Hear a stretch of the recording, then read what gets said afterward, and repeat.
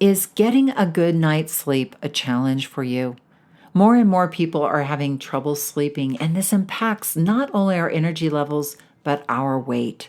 In today's Thin Thinking podcast, I am interviewing Annika Carrol, who is a renowned sleep coach. In this interview, she walks through many of the reasons we may be struggling with sleep, how it impacts our weight, and steps we can take to start getting better sleep. So grab your blanket and come on in. Did you know that our struggle with weight doesn't start with the food on your plate or get fixed in the gym? 80% of our weight struggle is mental. That's right. The key to unlocking long-term weight release and management begins in your mind. Hi there, I'm Rita Black. I'm a clinical hypnotherapist, weight loss expert, best-selling author, and the creator of the Shift Weight Mastery process. And not only have I helped thousands of people over the past 20 years achieve long-term weight mastery, I am also a former weight struggler, carb addict, and binge eater. And after 2 decades of failed diets and fad weight loss programs, I lost 40 pounds with the help of hypnosis. Not only did I release all that weight, I have kept it off for 25 years. Enter the Thin Thinking podcast, where you too will learn how to remove the mental roadblocks that keep you struggling. I'll give you the thin thinking tools, skills, and insights to help you develop the mindset you need, not only to achieve your ideal weight, but to stay there long term and live your best life. Hello, everyone, and happy March. It's here. March is here. I am enjoying this time of year here. It's spring in LA, and you don't need to be envious. I know I rub it in early, but then by June, everything is brown here. So I just can't believe it when spring bursts forth. It is always such a miracle. And I'm trying to be mindful and really present this year. This is my year of being just present in my life, and to really stretch out the moments of awe. You know how in life our brain just wants to go, okay, that was really amazing, but now I'm going to go on and get back to my negative thinking and worrying about the future and getting into problems. And I'm really focusing on when I am happy, when I am in awe, when I'm having a moving moment, to breathe, take 5 nice deep breaths, and just hold that feeling and stretch out that feeling and train my neural pathways to stay in that bliss state longer. So I've been really working on that with spring. We take for granted our busy lives, and like I said, our mind's just always pushing us forward to the next thing and the next thing and the next thing, and we lose out on those moments.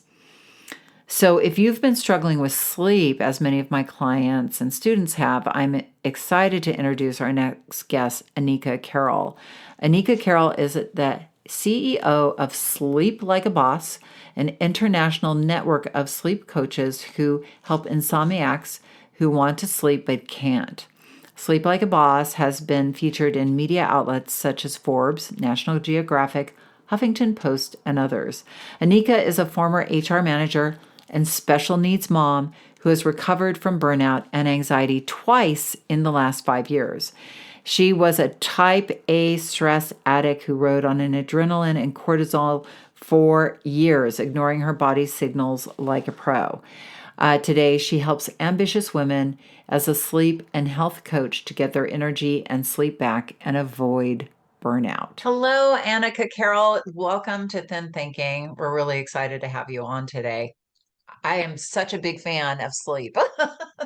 Thank you so much, Rita, for having me. Yes, and that is such a great topic, and I love for it. I live for it. I love it. I work for it. It's a great topic. It's your life. Sleep is your life.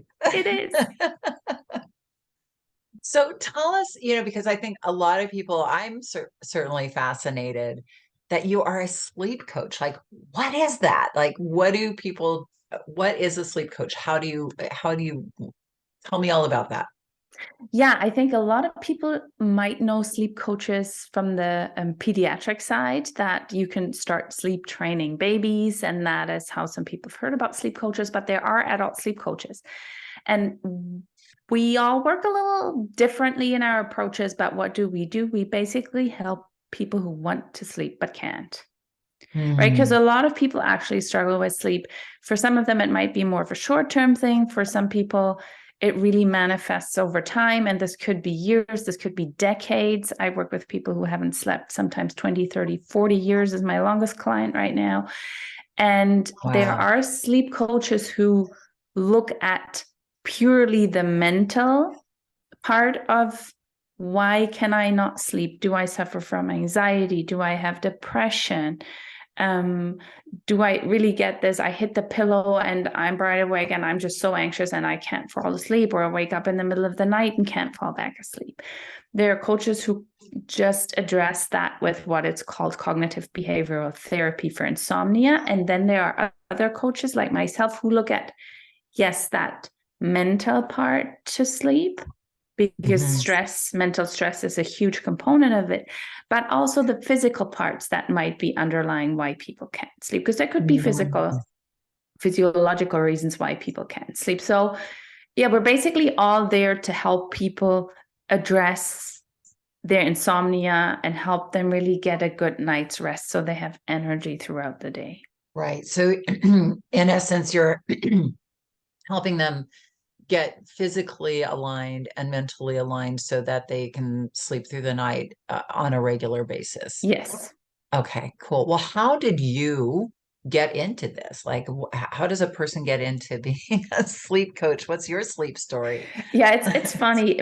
I used to be what I always thought I used to be was a rock star sleeper. Hmm. Apparently not when I was a baby, but when I was like at university and when I had my job in my 20s and early 30s, I would wake up before the alarm. I would go all day. I would go to bed, hit the pillow, be out. Same thing over and over and over. It was perfect. Not knowing that this hitting the pillow and passing out is already a sign of exhaustion and that you're actually not so well rested. Oh, wow. Yeah, but I didn't Really? know. I felt great. I had tons of energy. And then I had my son in my 30s, and that was a very traumatic experience for myself and him because he was born extremely early. Oh, wow. And a year later, so that was already all of the health discussions we were having and stuff was already very stressful. And then after a year, I went back to work full time. And I went into a job that I didn't like. I had somebody at home who really needed extra care. And and then I actually got a job that I loved. I gave it everything, burnt myself out. I really just Mm. burnt the candle at both ends, had a burnout, pretty significant. And even though I was exhausted and not able to function, I still wasn't sleeping. Wow. And that just didn't go together for me. I was like, I don't get it. My body is screaming for rest.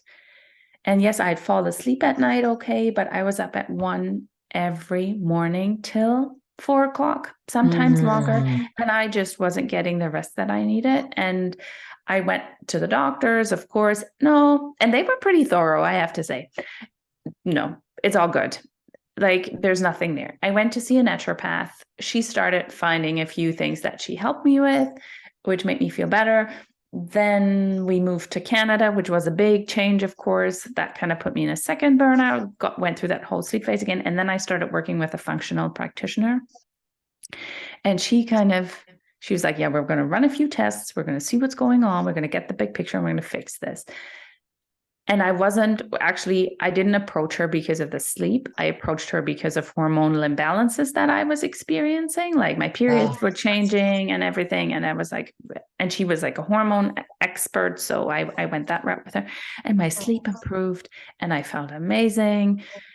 And I was like, yeah, there's more to the story. And then I got into that whole, okay, if there's physiological challenges in the body that are actually what's preventing me from sleep, then that is probably not just happening to me, but also happening to other people. mm. And that's kind of how I got into that. And then I found somebody who was working with that approach and joined her team and have since taken over her company. And and that's what we do. We just help people get their sleep back. Right. And I'm sure there's many different roads in depending on the person, depending on their age, depending on Yes. their past. Um, so I know, our thin thinking community is we, powerfully manage our weight using our mind. Tell me about the weight piece with sleep. Like, how does sleep impact, like not getting sleep impact our weight? What correlations do you see with that? Like, kind of walk us through that. Yeah, a lot of people who don't sleep well do struggle with weight. Okay. Um, and there's actually, I think there's multiple reasons that you can look at why that is. So the one that has been studied really well is the one, it is basically a hormonal reaction. So if we don't get a significant amount of sleep or not sufficient sleep, signaling of hormones in our bodies is off Mm-hmm. because we're supposed to rest and repair overnight, right? Like kind of conserve energy. And that's not happening if we're not sleeping enough. And so if we have a short night, and studies are showing people who regularly sleep about 5.5 hours versus 7 Mm-hmm. end up consuming 400 calories more the next day. Oh, interesting. And that is because your hormone signaling for the hormones that either signal you're hungry or you're satiated, leptin and ghrelin, they are very sensitive and they become out of balance immediately.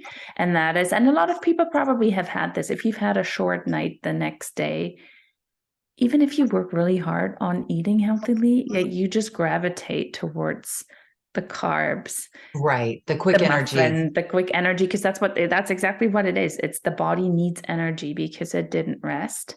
And you make Mm. it go for maybe 20 hours out of 24, right? Because you had a very short night. And because that signaling is off and the body is just constantly hungry and asking for food. So if that happens for longer periods of time, definitely Mm. contributes to weight. Cortisol, which is our stress hormone. Yeah. It's always deemed the stress hormone that makes it sound so negative. It's actually also our awake hormone. So it helps us. We need cortisol. It helps us to get up and going in the morning. But if we are constantly going and are stressed, our cortisol is constantly elevated. And that stresses the body. The body is in a Mhm. constant stress state. That makes your thyroid slow down your metabolism because your Mhm. thyroid is like the gas and brake of your car. And Right. if we constantly hit the gas with that cortisol, the thyroid's going to push the brake and say, you know what, I'm not going to give any more extra into the system because you're already going at a very high speed. Right. And that slows your metabolism down, then you're just not making good use of the calories and that energy burning, that fueling Right. is happening well. And also, if you're not sleeping, you're exhausted.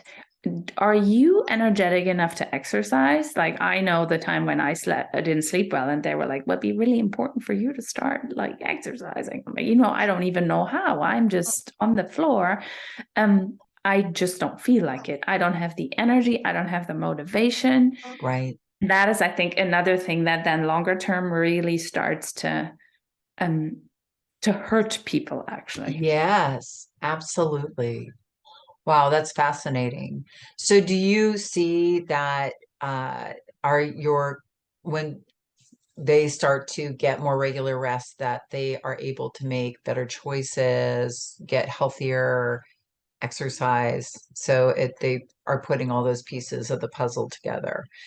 That is very, very interesting because I do know that so many of our clients are of varying ages. Do you see this happening a lot more? Like, for instance, I see a lot of menopausal women or premenopausal women starting to struggle with sleep that never struggled before. So obviously, this is hormonally based as well, or would you say that that might be part of the challenge? Absolutely, that is definitely a part of our journey as Mhm. women. A Not the not wonderful being able, journey. no, yeah, but well, not the not being able to sleep, but just those changes in hormones. Yeah. And I find that um women, and I can only compare to the generation of my mother, who she is still working, but I still find women in like perimenopause, close to menopause now, have a lot more on their plates versus my grandma. Not Right. saying that my grandma wasn't busy. She had 4 children. She raised them all, but that was her job. She Right. did not have a part-time or a full-time job on top of that. She didn't actually, in her case, that might have been different in other cases, but she did not have to take care of an aging parent. Right. Those kinds of things that all kind of sandwich us these days, and all that stress of everyday life, I think Hmm. it's just something that pushes our hormones out of balance earlier in a lot of cases. At least that's what I see, that in a lot of cases menopause starts earlier for women, Hmm. or Yeah. perimenopause becomes a lot longer, Yeah. and the symptoms just pop up more. And does that affect sleep? In a lot of cases, yes, it absolutely does. But are there things you can do about it? Yes, you Yeah. absolutely can. Right. Well, it's interesting too, because I have been in practice for 20 years and I've seen, so my practice started before there were cell phones or smartphones. There were, I mean, when I started my practice, I don't even think I had a computer in the office. And, that was the world I lived in. So as of 2007, when Apple invented this amazing little thing, well, amazing. I say that very loosely. The demonic little thing. Um, I started to see people's brains just get way more stimulated, and the issues that people were up against just on a daily basis, because now they're waking up with their phone and their brain is getting stimulated, and then they're going to bed and they have their phone by their bed, and their phone might do you know what I mean? So do you see that Absolutely. as a huge factor for people as well? Yes, absolutely. Um, in two ways. I think the one thing is this, and maybe the pandemic also kind of contributed to that with that cell phone. It's kind of people have lost, or a lot of us only have online communities. And yes, community is very important, but I think we've kind of gravitated to this online thing, your Facebook groups, your chat groups, your Right. whatnots. So do we want that community? Yes, but we kind of have given up a lot of, I find, personal connections, Hmm. which I think for sleep, like just this feeling of safety, maybe I just feel loved and cared for and seen and heard, right? And people then use these online communities a lot, even at night. And then this never ending scrolling on social media, this chatting in these rooms all the time. Does that enhance your sleep? No, it doesn't. Unfortunately, it Mm, doesn't, because it's not um yeah, it's that constant stimulation, like you're saying. You're being exposed to information that your body has to process, right? And it's even like, oh, let me just send my best friend a quick good night text. She's going to reply and say, maybe, I had a really bad day today, I'm super mm, stressed. And then you take that on, yeah. which is very empathetic, and it's great that you want to, but not at 11:30 at night, because you're not going to fall asleep right away. It just doesn't happen. Your system is starting to Right. like start Get up again. jazzed up again. Yeah. Interesting. Yeah. So that is so interesting about community and the online community versus being with people. Um, that is very fascinating. So let's talk about people taking matters into their own hands with sleep. Because I've certainly, in my quest to get a better night's rest, have gone to the drugstore and bought melatonin. When you need to get sleep, you're willing to, like, you know, do crazy things, buy crazy products. So tell me some of the stuff you see with people trying to self-medicate themselves, and tell us, like, if somebody might be overdosing melatonin, is this a good idea or a bad idea? Um, I mean, yeah, I think what I see a lot is, yeah, melatonin is probably one of the first ones that people go to. Um, it doesn't actually work that well for a lot of people. right. Um, generally, my goal is always to really test what's your melatonin level. And if it's low, we can talk about temporarily doing something about it. If it's actually high, I wouldn't. And if you react to it, like I see so many people who take it at night and they feel awful the next day. They have like a hangover. Their energy just doesn't kick in till lunch because it's kind of a delayed metabolizing of the melatonin. And in that sense, it's not great. Generally, melatonin is amazing. It's one of the body's strongest antioxidants. So that is why you also see a lot of biohackers really high dosing melatonin. Like I would recommend people to never take more than 3 milligrams, like between 0.5 and 3. Okay. You see people going 20, 30 times that dose. Right. Because they say it's an antioxidant. I would never.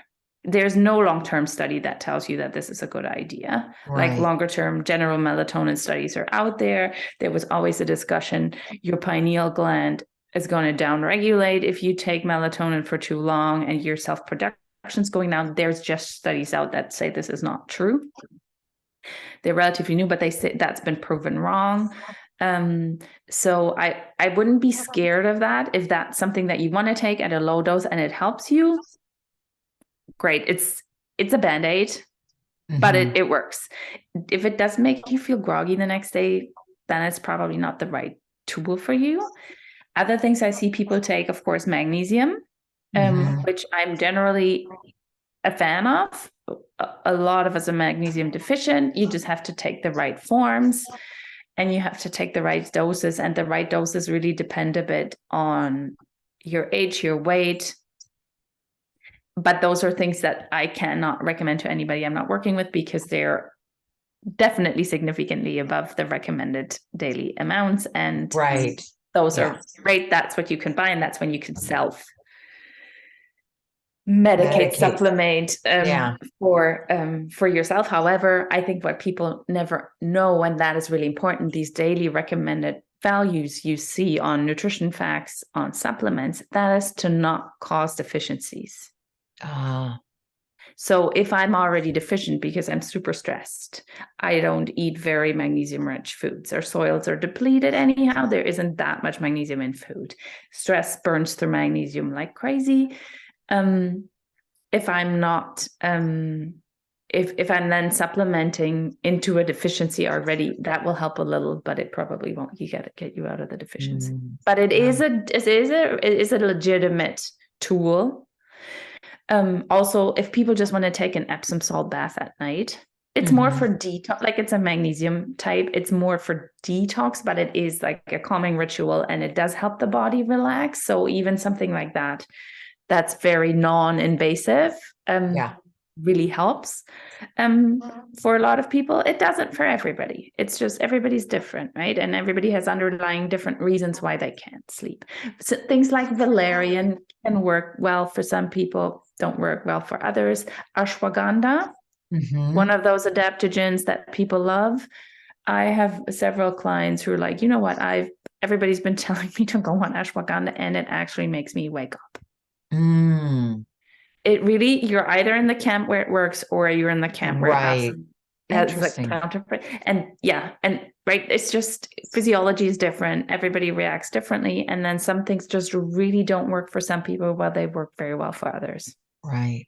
Well, if somebody was going to work with you, how do you start to break things down and put them back together again? I try to not break them down. Sorry, maybe that was a bad leading question, but what my goal is actually is to I work with clients for 6 months because if you haven't slept for a while, we kind of need a bit of time to get the body back in balance. So what we do is we run a bunch of functional tests on the person. So I look at what's happening in your gut. Is there any form of dysbiosis, so overgrowth of bad bacteria that might have an inflammatory reaction in the body? Are there parasites? Is there something like H. pylori infection, something I see a lot with my clients? These things. I'm sorry, what's an H. pylori infection? H. pylori is a bacteria that about 50% of the world's population have. A lot of us go without symptoms. We'd never know. Some people have like burning sensations in their stomach. They burp a lot after eating. And a lot of them are then put on proton pump inhibitors for high stomach acid, which is actually the exact wrong thing to do. Of course. because you actually have low stomach acid if you're actually burping a lot. It's the food that's kind of not getting broken down that keeps pushing up against your esophagus. So it's a lot of people, and I was one of those when I had my burnout. You kind of get treated for the wrong thing sometimes if you don't. And how should you know? So we look at that, and H. pylori lives in your gut, in your stomach lining, lowers your stomach acid because it lives of that, and causes inflammation. And a lot of these things cause inflammation. And the interesting thing that a lot of people don't know is that cortisol is an anti-inflammatory. Oh. So and that's great, right? Yes. Like if you cut yourself, or you need something to heal quickly, an acute inflammation, that's great. We want that cortisol to help the body heal. We don't want that chronically, because it stresses you all the time, because your cortisol levels should be high in the morning and then decline throughout the day. And we don't want them high in the afternoon, and we don't want them high at night, because you can't sleep if cortisol is high. So looking for inflammation in the system with the stool test, looking at your hormones, so at your cortisol, at your melatonin, at your estrogen, progesterone, testosterone, because all these, if they're out of balance, can also contribute to sleep issues.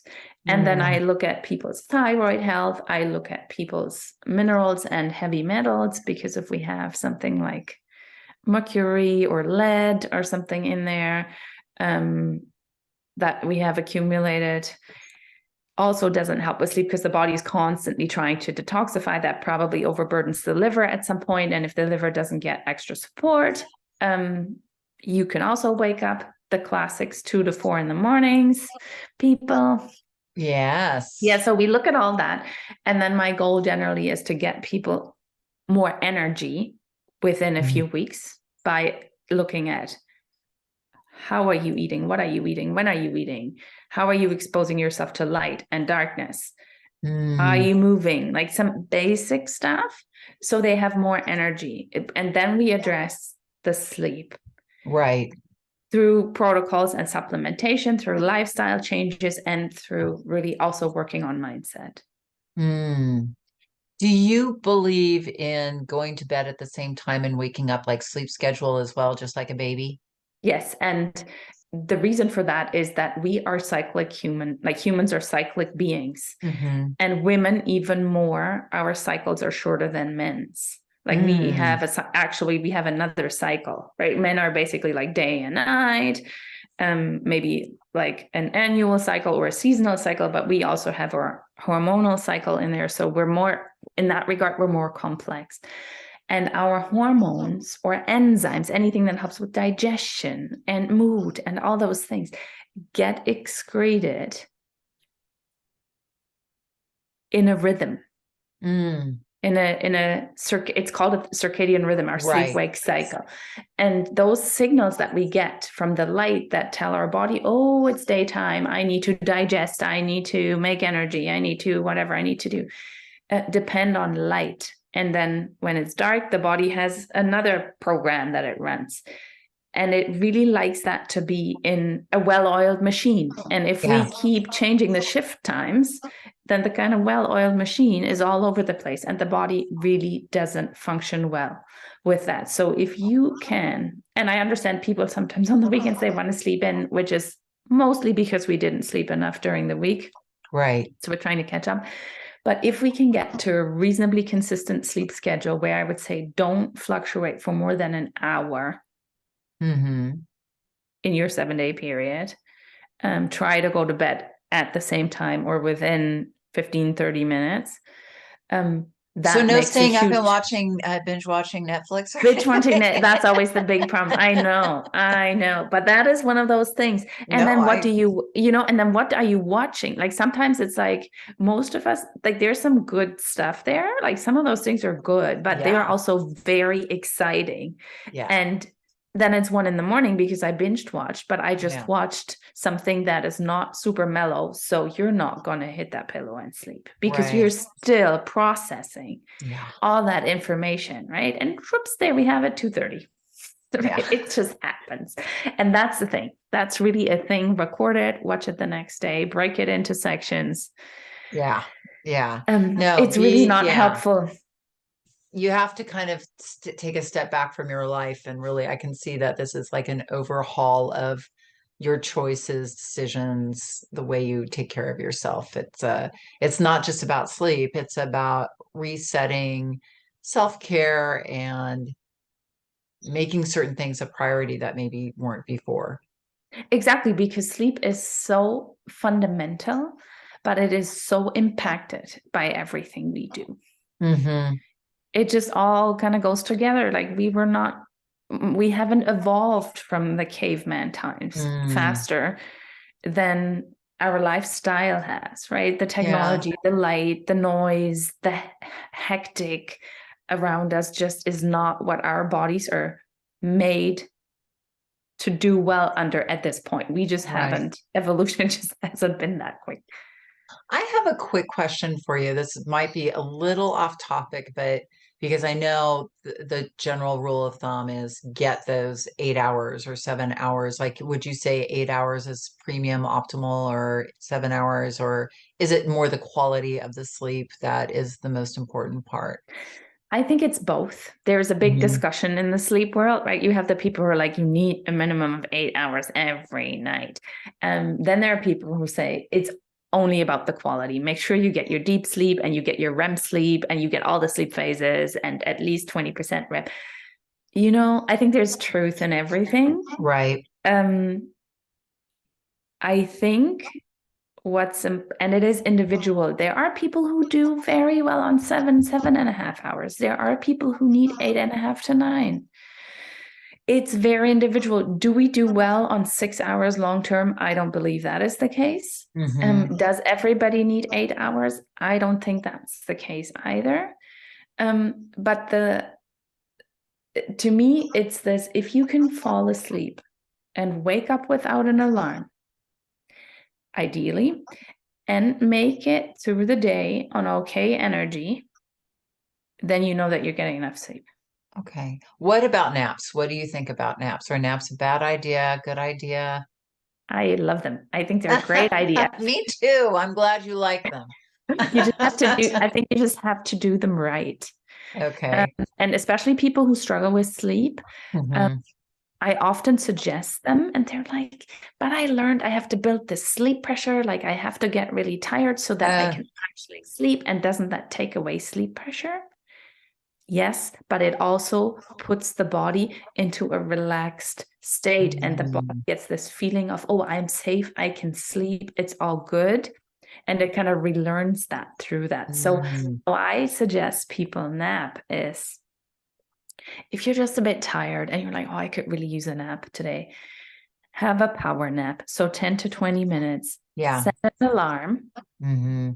And that's it. And you won't feel super groggy because you haven't gone into a sleep cycle, but it restores your energy for, I would say, 3 to 4 hours in a good way. Like you're thinking better, all that kind of stuff with just 10, 15 minutes investment. Right. I read a study where the brain actually expects like a refresh, like a little power nap around in the afternoon. And that if you do that, it kind of changes the hormones in your brain in a good way where then you're able to function better, et cetera, et cetera. It does. You just have to do it early. Like I would try to be done with the nap by 2. Okay. So you still have enough time to like build up that sleep pressure again so you're actually tired at night. If you had a horrible night, like a lot of my clients would be, right? They might call me and say, yeah, I just slept for like 3-4 hours. If your schedule allows for that, have a full nap in the afternoon. So 1.5 to 2 hours, like actually get a full sleep cycle in to really recover. Right. So you're either doing a power nap like 10 to 20 or do the whole thing. Don't do it like just an hour. Just don't do an hour because you're going to you're going to wake up. You have this, what we call sleep inertia. You're going to be like, I'm so groggy. I can't function. It's going to take you half an hour to get going or a cup of coffee, which at that point you likely don't want anymore. Just because you've kind of woken your body up out of the middle of a sleep cycle. Right. Oh, okay. Wow. So there's just so much to it. And segmented sleep, what do you think about that? Do you know where people actually sleep a few sleep cycles, then they wake up, they do some stuff, and then they try to go, then they go back to sleep. What do you think? What's your weigh in on that? Um, I don't really know. There's studies that show that this is how our ancestors actually lived. Right. And that is why this would be the optimal way. I don't know. I think I actually think it doesn't work for most people in the way, just in our society, and I wouldn't stress myself trying to fit that Yeah. in. I think we're different than our primitive Exactly. fathers because again, you wake up, then you go probably get online and you do some stuff and you super Exactly. stimulate your brain, and then you can't get back to sleep for that last sleep cycle, or it's not a quality one. Exactly. That's one thing. And the other thing, I don't know if there's been studies done on this in regards to that, is sleep. We always go through sleep cycles, 4 to 6 sleep cycles a night, and they have different sleep stages. So we have light sleep, we have deeper sleep, we have REM sleep. REM sleep is that phase where we dream. Mm-hmm. And where we consolidate memory and where we process emotion. Deep sleep is that really rejuvenating, rebuilding phase of sleep. Mm-hmm. And what's interesting is the sleep stages, even though we kind of have one sleep cycle after another every 1.5-ish hours, and we keep going through these same phases again of light, deep REM, light, deep REM, light, deep REM, the amount we spend in each phase changes throughout the night depending how long we are sleeping for. So in the early stages at night, we have more deep sleep. That's why we kind of want people in bed by 10:30, because from 11 to 1 is kind of this really deep, really restorative, brain being washed out, Alzheimer's prevention, all that kind of stuff. If we go and then we sleep longer and longer, the longer we sleep, the longer our REM sleep gets. Mm. And the shorter we sleep, the less emotionally regulated we are. So Oh, like you kind of get, sometimes you have that with kids, you're like, oh my God, they're just having the worst day. They just didn't sleep well. They throw temper tantrums. They're just impatient, right? We are the same. If we don't get enough sleep, we are not focused. We are not caring as much, empathetic. We just can't. We just don't have right. the capacity. And that's because we didn't regulate what we went through the past few days at night. So all that burden, so to say, is still there. Right. And so if you wake up after 3 sleep cycles and then you kind of are awake for 1 or 2 and then go back, I don't know if that is actually interrupting that whole process. I would assume it would. Yeah. Yeah. And but that's why I haven't seen any studies on that, but I would assume it would do that. And that would be then super counterproductive, Got it. I think, in my Yeah, opinion. that makes sense. So tell us, if somebody wanted to connect with you, because Annika, you work primarily online with people, even though you run tests, you're having them send stuff to labs and stuff like that. Um, Tell us a little bit about that. And I know you had a little freebie, a sleep freebie for people to take advantage of. Tell us all about all the goodness you have to offer. Yeah. So how I work is I work with people only online. Mhm. It doesn't matter where you live, basically. I do the people who want to work with me, they get an hour and a half intake where we really turn their life upside down, and I want to know everything that's been going on to get a picture, and then they get sent all their test kits home so they can run those tests at home. They don't have to go to a lab or see anybody for that. And then they get picked up at home and they get shipped to the lab. I get the results.